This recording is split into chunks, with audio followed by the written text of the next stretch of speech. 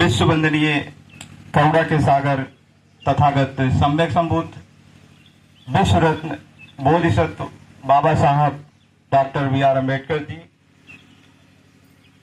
मानवर कांसीराम साहब, पेरियार रामास्वामी नायकर जी, ललैत सिंह यादव जी, छत्रपति साहू जी महाराज, ज्योतिबा फूले जी महाराज, शिवाजी महाराज, माता रमाई, माता भीमाई, माता सावित्रीबाई फूले एवं जिन जिन महापुरुषों एवं महानायिकाओं ने हमारे हक और अधिकार की लड़ाई लड़ी, आप सभी को नमन करते हुए यहाँ पर उपस्थित जितने भी हमारे साथी बैठे हुए हैं, आप सभी को सादर जय भीम नमो बुद्धाय।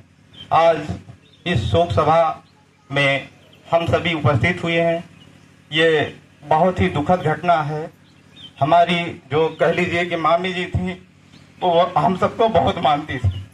इसी अभी 1 महीने नहीं हुआ हमारे पिताजी का भी निधन हो गया।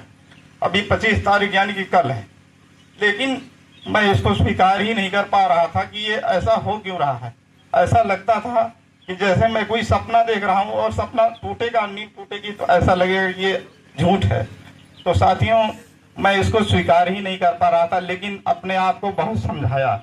हमने देखा कि महात्मा बुद्ध ने कहा कि ये जो जीवन है ये नश्वर है, और ये सुनते भी आया कि भाई जीवन में जो कुछ है वो नष्ट होना है। साथियों, जैसे आप कहते हैं मनुष्य कोई भी चीज है, आपका ये घर है, दीवार है, ये कपड़ा है, ये ईंट है, सब कुछ नष्ट हो जाएगा। इसका रूप परिवर्तन, आप अपनी साइकिल खरीदते हैं, गाड़ी खरीदते हैं, रखे रखे वो एक दिन खत्म हो जाएगी। तो हम सभी को साथियों स्वीकार करना होगा कि जो जन्म है और मृत्यु है ये एक दिन आनी ही आनी है, इससे कोई बचा नहीं है। महात्मा बुद्ध बहुत ही प्रसिद्ध समाज सुधारक कह लीजिए, ज्ञान का मार्ग दिखाने वाले, हम सभी के अनुयायी, एक प्रकार से हम उनके अनुयायी हैं। एक बार ऐसी घटना है साथियों, एक स्टोरी बताना चाहेंगे कि एक माँ थी, उसका इकलौता बेटा जो है खत्म हो गया था, मृत्यु हो गया था। तो महात्मा बुद्ध उसी रास्ते से गुजर रहे थे, उनका बहुत बखान सुनी थी और वह महिला सोची कि महात्मा बुद्ध के पास जाएं, हो सकता है कुछ वो करें, क्योंकि उनको भगवान कहते थे, महात्मा बुद्ध कहते थे। तो वो महिला रोते हुए, बिलखते हुए, करुण क्रंदन करते हुए वो महात्मा बुद्ध के पास पहुंचती है और महात्मा बुद्ध से कहती है कि भगवान, आपसे एक निवेदन है, आप जो कुछ कहेंगे मैं करने के लिए तैयार हूं, लेकिन आप मेरे बच्चे को, आप कहते हैं कि करुणा के सागर हैं, दया के सागर हैं, तो आप हमारे बच्चे को जीवित कर सकते हैं तो कर दीजिए, मैं आपकी जीवन भर आभारी रहूंगी। महात्मा बुद्ध ने कहा कि अगर मैं इसको सीधे सीधे कह देता हूं कि ये मर गया है, जीवित नहीं हो सकता है, तो हो सकता है वो सदमा वो मां बर्दाश्त नहीं कर पाती और हो सकता है वो मृत्यु को प्राप्त हो जाती।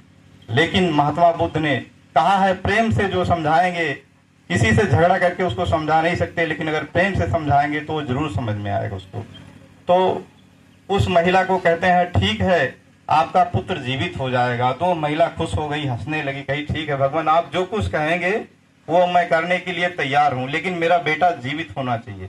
तो महात्मा बुद्ध ने कहा, ठीक है आपका बेटा जरूर जीवित होगा, तो लेकिन एक आपको काम करना होगा। महात्मा बुद्ध ने बताया कि आपको एक काम करना होगा, वही आप काम कर दीजिए तो आपका बेटा तुरंत जीवित हो जाएगा।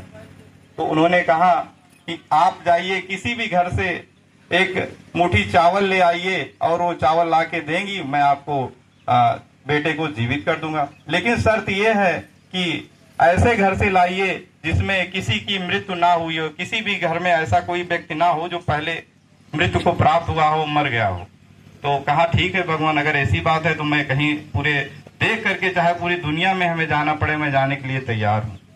तो वो महिला एक एक करके हर घर में जाती है, देखती है, लेकिन सभी ये कहते हैं भैया हमारे दादा मरे थे, बाबा मरे थे, दादी मरी थी, हमारा लड़का खत्म, कोई ऐसा घर नहीं मिला।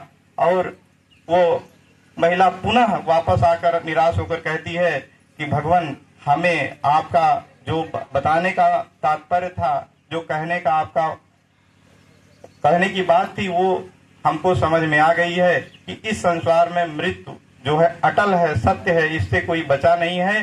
ये है कि थोड़ा आगे और थोड़ा पहले 10 दिन बाद या 1 महीने बाद जाना सभी को है सर, सभी को जाना है, मृत्यु को प्राप्त होना है। लेकिन हमें अभी मान लीजिए दूसरे किसी गांव में कोई खत्म हो जाता है तो हम लोग कष्ट होता है। मित्रों बताइए होता है कि नहीं होता है?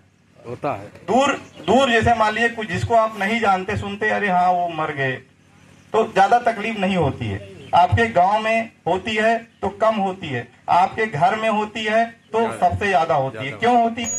क्योंकि उसका सर अपना एक लगाव होता है।